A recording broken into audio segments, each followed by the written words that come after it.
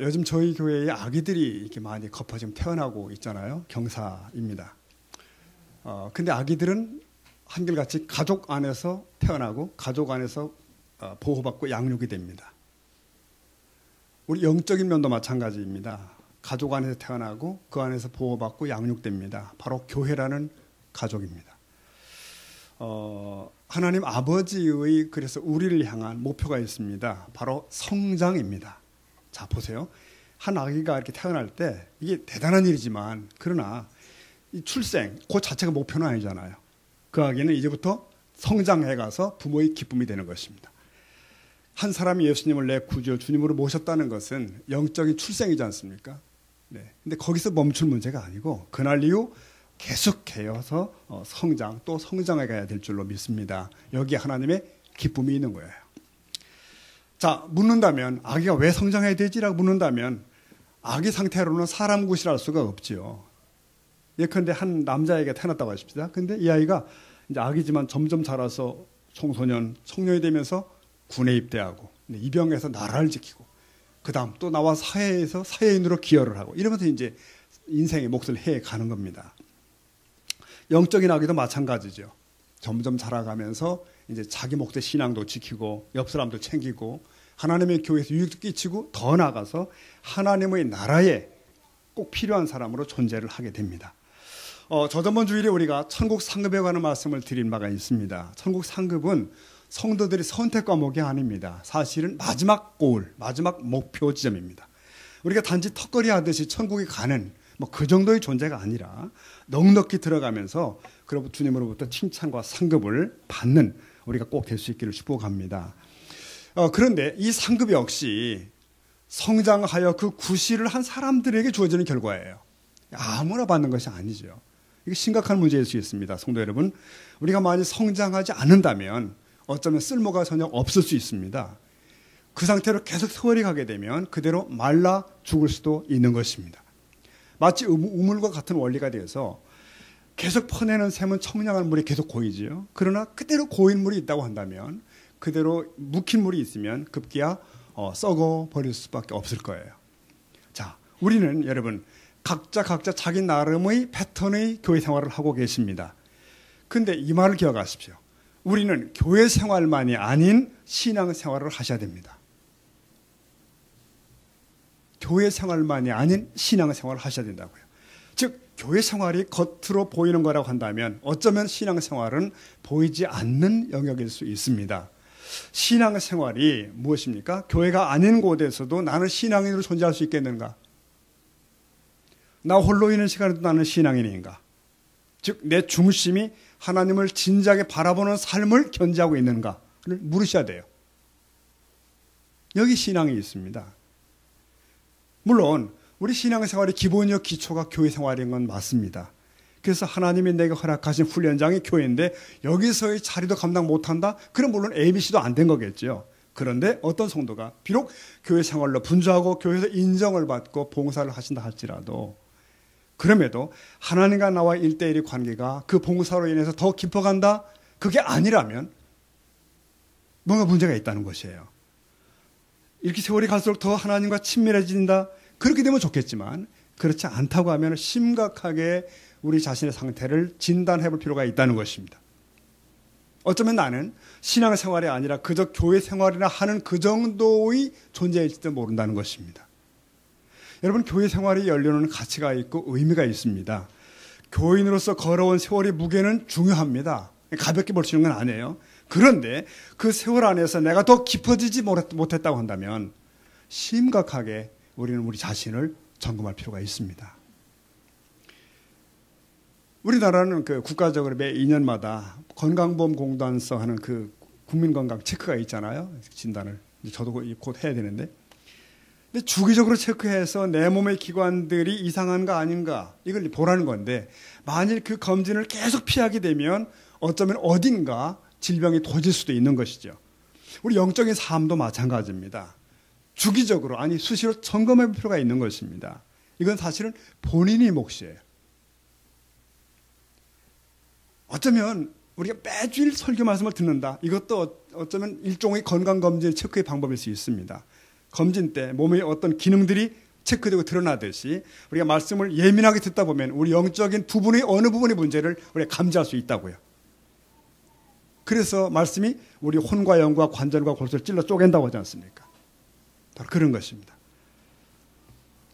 이 말씀과의 관계는 하나님과의 관계의 친밀도를 드러내는 것일 수 있습니다. 여기 지금 앞에 이제 이 나무가 해피트리라고 그래요. 저것도 해피트리인데 원래 저 나무는 이제 박영숙 집사님네 가게에 있던 건데 얼마 전에 이제 일이 이사를 왔었죠. 그래서 와보니까 이 나무가 하나가 여기 있었고 그래서 이제 이쪽에 와서 균형을 잡았어요. 양쪽으로. 그리고 가을, 겨울이 다가오다 보니까 이쪽에 있는 나무가 시들시들하면서 계속 낙엽이 지는 거예요. 토요일 청소일날 보면 청소 때 보면 여기 쌓입니다. 그 좀 아는 분들 말씀이 이 상태로 가면 죽는답니다. 이건 죽어가고 있다고 한 거예요. 그래서 이거 어떻게 해야 되나. 우리 박 기사님 서운하면 안 되는데 갖다 놓으셨는데 고민하다가 창가를 이렇게 밑에 붙여놓은 거예요. 이게 이제 지난 겨울, 초겨울입니다. 그리고 시간이 이제 한 계절 지났죠. 여러분 보다시피 나무가 어떻습니까? 상당히 건강합니다. 일단 나무가 낙엽 안 지죠. 그 다음에 잘 보면 이 파란 새잎들이 막 나고 있는 거예요. 여기저기. 이 차이가 뭔지 아십니까? 네, 햇볕입니다. 처음에는 막 물만 열심히 주면 될 줄 알고 물도 주고 별거 다 했는데 안 되고 햇볕이더라고요. 결국은. 이렇게 중요하더라고요. 여기에 굉장히 중요한 원리가 있다고 생각했습니다. 네, 우리 영적인 생명도 마찬가지예요. 의의 태양이신 하나님 곁에 가까이 다가올수록 건강합니다. 믿으십니까? 싱싱해지는 거예요. 멀어질수록 생기가 떨어지는 겁니다. 그대로 방치되면 급기야 말라버리는 겁니다. 죽는 것입니다. 저 여러분은 지금 어느 정도의 자리쯤 있을까? 하나님과의 친밀함은 어느 정도일까? 나의 상태는 어떤 것일까? 영적인 건강은? 근데 이 나무를 보다가 두려운 교훈이 또 하나 있다는 걸 알았습니다. 이것은 예컨대 두 나무가 한 예배실이라는 공간 안에 있었거든요. 같은 공간 안에 있었습니다. 그런데 한쪽의 나무는 말라가고 한쪽에서는 싱싱하고 그렇더라고요. 자, 단 하나 이유, 햇볕에 가까이. 성도 여러분, 우리들은 지금 여기, 우리는 모두 같은 공간에 있습니다. 그렇죠? 같은 교회 안에 존재하십니다. 근데 누구는 싱싱하고 건강할 수가 있습니다. 누구는 시들시들하고 그리고 말라갈 수도 있습니다. 미처 자신은 모르는 거예요.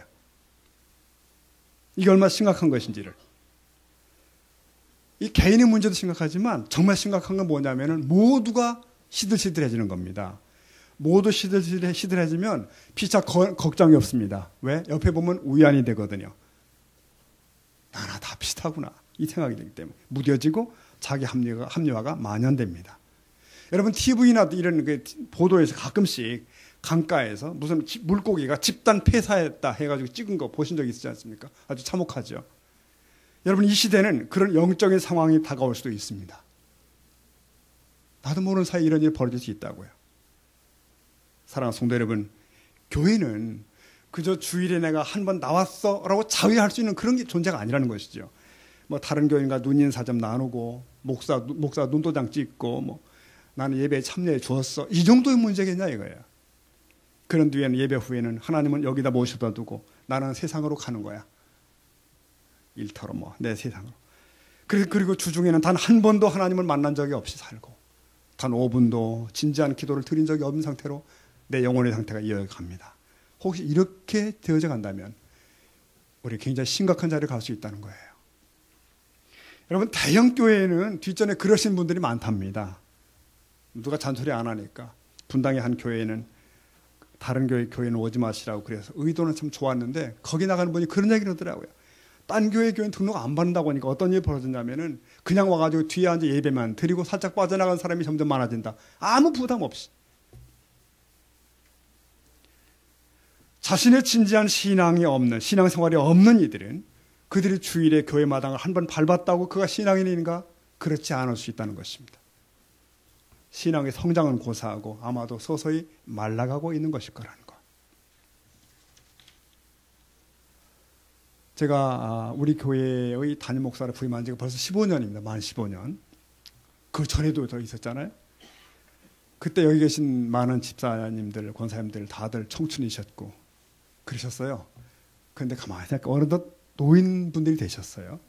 네. 저도 총각 같았는데 머리가 어느새 다 빠지고 네, 세월은 속일 수가 없는 것 같아요. 제가 생각을 해봤습니다. 그 세월이 우리에게 무슨 의미를 남겨줄까? 때로 곁에 있던 분들 가운데 하나둘씩 세상을 떠나고 가시고 좀 쓸쓸하기도 하고 뭐 그렇습니다.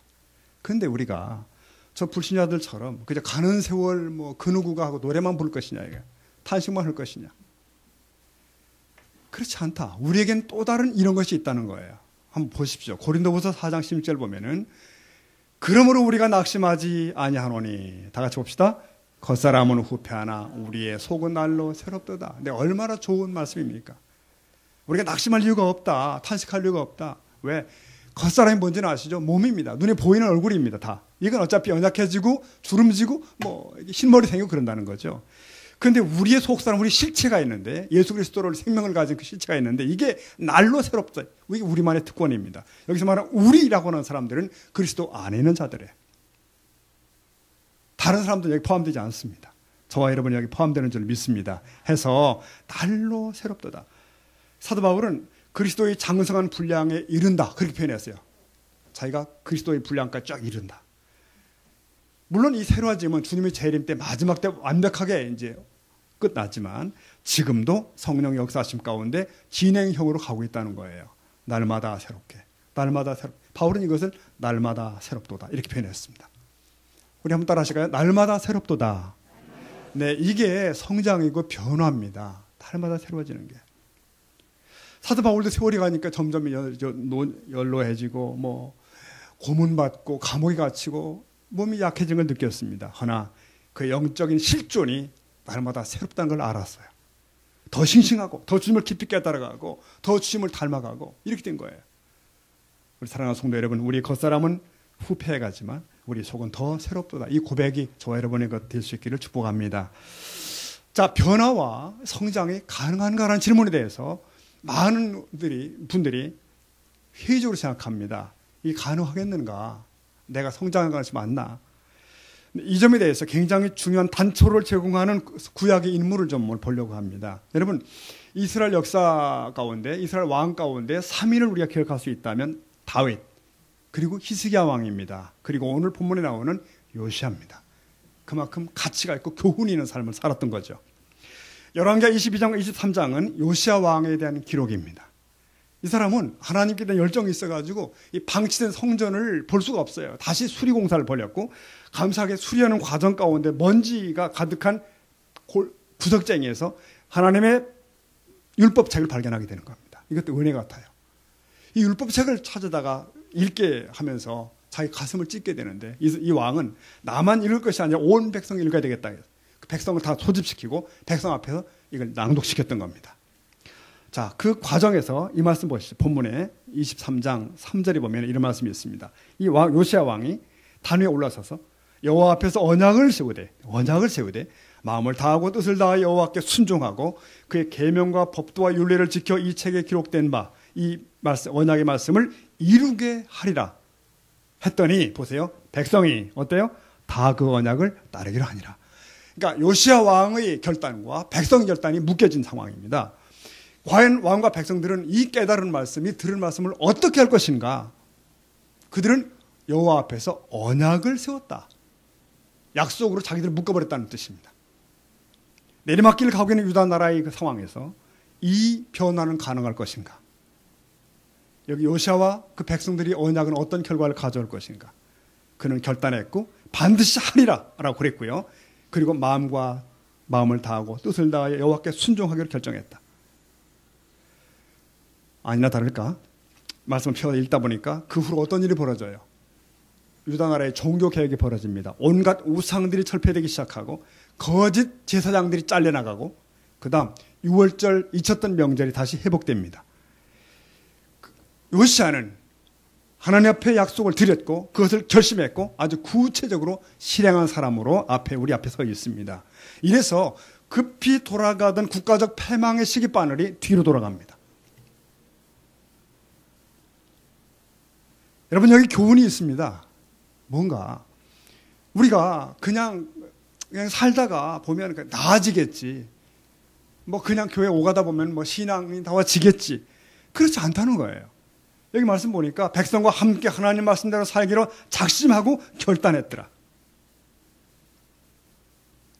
그 언약을 따르기로 하니라. 이런 말씀들이 나와요. 그리고 실행한 얘기가 뒤에 나옵니다. 그래서 이 요시아에 대한 평가가 놀랍습니다. 23장 25절 보면은 이렇게 평가했어요. 요시아 왕과 같이 마음을 다하며 뜻을 다하며 힘을 다하여 모세의 모든 율법을 따라 여호와께로 돌이킨 왕은 보세요. 요시아 전에도 없었고 후에도 그와 같은 자가 없었더라. 대단한 평가입니다.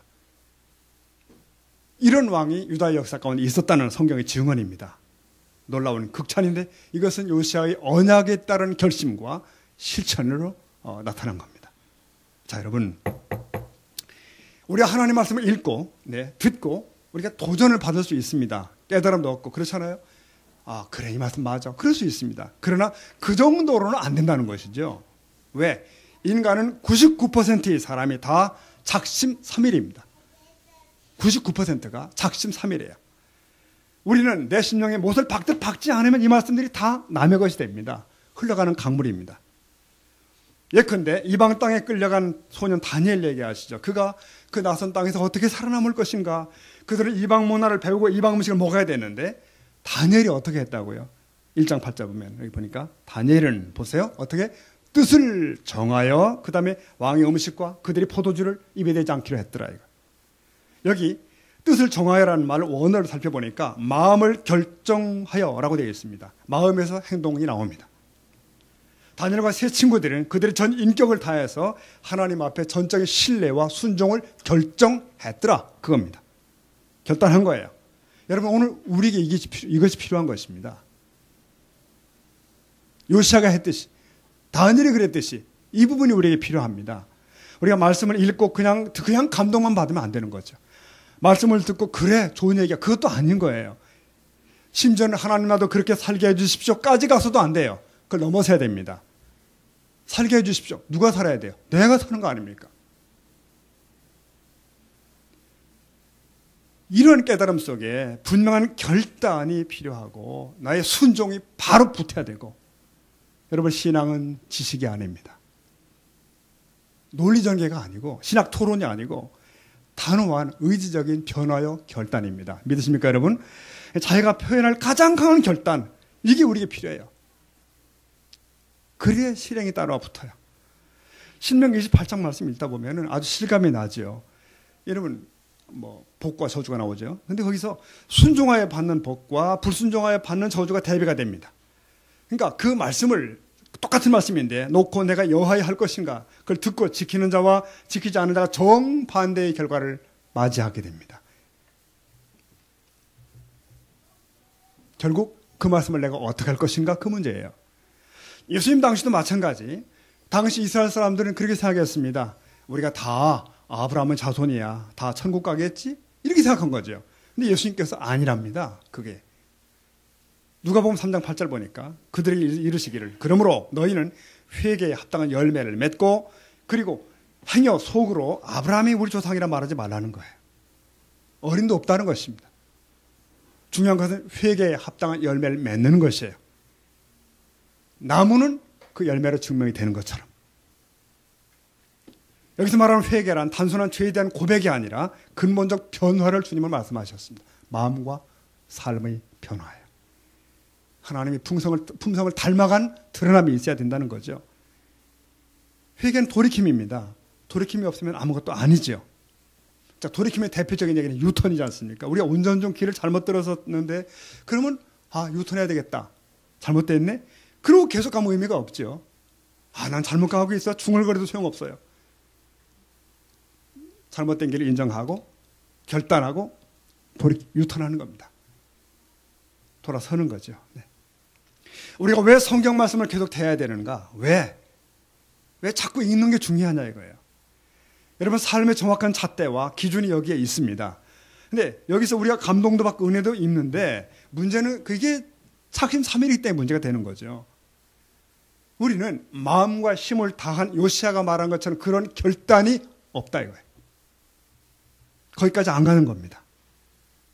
그러므로 우리는 할 수 있는 한 자주 말씀을 읽고 자주 듣고 계속 자극을 받고 계속 도전을 받으셔야 돼요.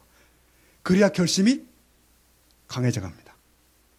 그냥 자신만의 의지로 된다? 불가능합니다. 그것은. 우리만의 의지로 신앙의 길을 갈 수가 없습니다. 그래서 감사한 것은 하나님의 도우시는 은혜가 있습니다. 여러분 믿으십니까? 예, 하나님의 도우시는 은혜. 이 말씀 잘 들어보십시오. 하나님은 인격적인 분이십니다. 우리를 강요하지 않으시거든요. 즉 도우시는 하나님이시지 내 인생을 대신 사시는 분이 아니라고요. 내 인생길 대신 걸어가지 않습니다. 네. 그래서 성령님이 누구? 보혜사 곁에서 도우신 분이에요. 성령은 성도들을 도우신 분입니다. 그래서 보세요. 내가 누워있으면 그분은 아무것도 할 수 없습니다. 내가 일어서야 밀어줄 수가 있습니다. 이해되십니까? 내가 반대 방향으로 서 있으면 그분은 도우실 수가 없어요. 내가 방향을 돌려야 됩니다. 그러면 그분은 도와줄 수가 있습니다. 이게 하나님의 도우심이에요. 내가 스스로 거역하고 내가 고범죄를 저지르고 일부러 범죄하고 그분은 탄식만 하십니다. 아무것도 할 수가 없어요. 내가 스스로 게으름을 선택하고 그분은 아무것도 할 수가 없습니다. 그러므로 우리는 주님을 바라보고 그 은혜를 계속 구해야 될 줄 믿습니다. 결단하고 도우심을 간구하고. 여러분 유혹도 자꾸 쌓이면 강력해지죠. 죄도 놔두면 세지잖아요. 하나님의 은혜의 도울 수단도 계속 활용하셔야 됩니다. 그쪽 강화시킬 필요가 있어요. 그러므로 개인 기도가 그래서 필요한 것이고 여러분 성도들 간의 교제가 이게 필요한 겁니다. 네. 큐티 필요하고 집회 참석 하루 종일 자주 하셔야 되고 이게 다 필요합니다. 이게 다 가동이 돼도 우리는 연약해요. 디모데전서 4장 5절 말씀 보십시오. 네. 시작. 하나님의 말씀과 기도로 거룩해지므라. 우리가 어떻게 거룩해져요? 하나님의 말씀과 기도로 계속 터치를 받을 때 거룩해질 수 있다는 거죠. 말씀과 기도로 우리의 선한 의지가 강화되고 이렇게 살아야 된다는 마음이 계속 새로워지고 그러면 결단대로 갈 수가 있습니다. 더디지만 한 걸음씩 갑니다. 그렇다고 막 갑자기 가는 거 아니죠. 아이 성장이 더딘 것처럼 우리 영적인 성장 역시 마찬가지. 기어다니기, 걸음마하기, 옹알이 하기, 걷기 이렇게 가는 거죠. 영적인 성장도 역시 그렇습니다. 천천히 갑니다. 우리 한국 사람의 특성 중 하나가 조급함이라고 그러는데 이게 신앙에도 나타나가지고 한꺼번에 단번에 내가 천사가 된다 이런 거 없는 겁니다. 일확천금 원하는 자만 사기꾼에 속는다 그런 말이 있어요. 정상적인 사람은 안 속는다. 떼돈에 관한 욕심 그게 우리를 넘겨뜨리는 거죠. 자, 내가 단번에 거룩해질 수 있는가? 불받아야 확 바뀔 수 있는가? 아니죠. 확 변화되어 거꾸로 돌아갑니다. 오히려 그렇게 하면 안 되는 것입니다. 성경은 종종 우리의 신앙 여정을 씨 뿌림으로 비유합니다. 농사짓기. 농사는 기다림입니다. 봄에 뿌리고 가을에 거둡니다. 뿌린 만큼 또 거두는 것입니다. 하루아침에 열매를 거두려고 하는 자는 농사를 짓지 말아야 돼요. 힘들고 인내로 결실하는 거죠. 영혼의 추수가 그렇습니다. 우리의 삶이. 그래서 사도 바울은 갈라디아 6장 8절에 보면 이렇게 말씀해요. 자기 육체를 위해 심는 자는 육체로부터 썩어질 것을 거두고 성령을 위해 심는 자는 성령으로부터 영생을 거둔다. 양쪽 다 심는 자입니다. 심으면 농사인데 네. 어떤 이는 올바른 목적을 가지고 성경을 심고 기도를 심고 하나님의 지혜를 내 삶 속에 심고 성도의 진지한 교제를 심고 계속 심는 거예요. 반대로 세상의 것들만 너무 많이 접촉하면 죄의 욕구가 강화됩니다. 누구를 막는 거 마찬가지입니다. 우리는 은혜의 수단을 많이 접촉하고 많이 강화해야 될 줄로 믿습니다. 그런데 현대 교회의 약점은 뭐죠? 그렇지 않다는 거죠. 그 시간 그런 환경을 점점 잘라나가요. 더 세상 것에 익숙해지는 쪽으로 밀고 갑니다. 세상과 마귀가 그렇게 하는 거죠. 그래서 성경 보니까 그래서 침륜에 빠질 자가 많더라고 그랬어요. 함정에 빠지는 겁니다. 여러분 이 시대는요 옆 사람이 기준 아닙니다. 다른 교회가 기준 아닙니다. 넓은 길로 가는 자가 많은 것입니다. 가만히 보십시오. 얼마나 많은지. 우리 세목교회 성도 여러분은 우리는 함께 자라가는 은혜가 있길 바랍니다. 성장을 독려하고 서로 간에 아프지만 않으면 좀 지적도 해주고 신앙이래 이게 필요해요. 사실 우리 신앙의 내적 성장을 독려하고 조금 귀찮게 하는 교회가 좋은 교회인 건 사실입니다. 내깔려두고 가끔 자장가 하나 불러주고 좋은 얘기나 해서 사람들만 불러 모으고 그건 아닌 것 같다.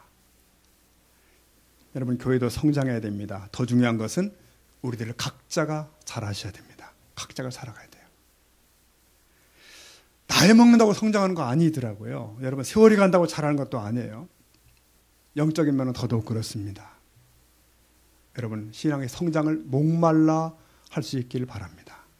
교회 생활과 내 개인의 생활에서 은혜의 수단들을 총동원하시고 가동하시고 결단하시고 그래서 시간이 갈수록 더 주님을 사랑하는 사람으로 그럼 닮아가는 거예요. 더 사랑하는 자 닮아가니까 그 다음 이웃을 더 사랑하는 사람으로 바뀌어가는 그래서 우리가 서로를 만날 때 서로가 서로를 대하는 스타일도 좀 훨씬 성숙해지기를 따스하고 부드러워지기를 갈라디아 말씀처럼 그래서 성령의 열매지요. 우리 안에 사랑과 희락과 화평, 오래 참음, 양성, 온유, 절제 이런 것들 이런 열매들이 내 가슴으로 들어와서 내 삶으로 나타나는 이런 모습들을 말하는 것. 이게 성장입니다.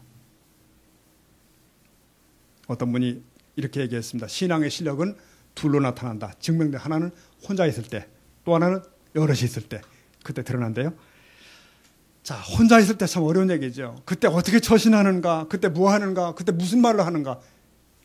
이게 내 실력이지 않습니까? 그게. 특히 우리 남자분들은 운전을 하실 때 차 안에 혼자 앉아 있기 때문에. 네. 근데 갑자기 앞에서 어떤 사람이 확 끼어든다, 막 거친 운전하고 들어오면 바로 욕설이 튀어나오지 않습니까, 여러분? 안 그러시나요? 네, 다 그냥 가만히 앉아 계신데 빵빵하고 막 그러자면 저도 참 그게 견디기 어렵더라고요. 근데 그게 내 수준인가 보다 하고 생각합니다.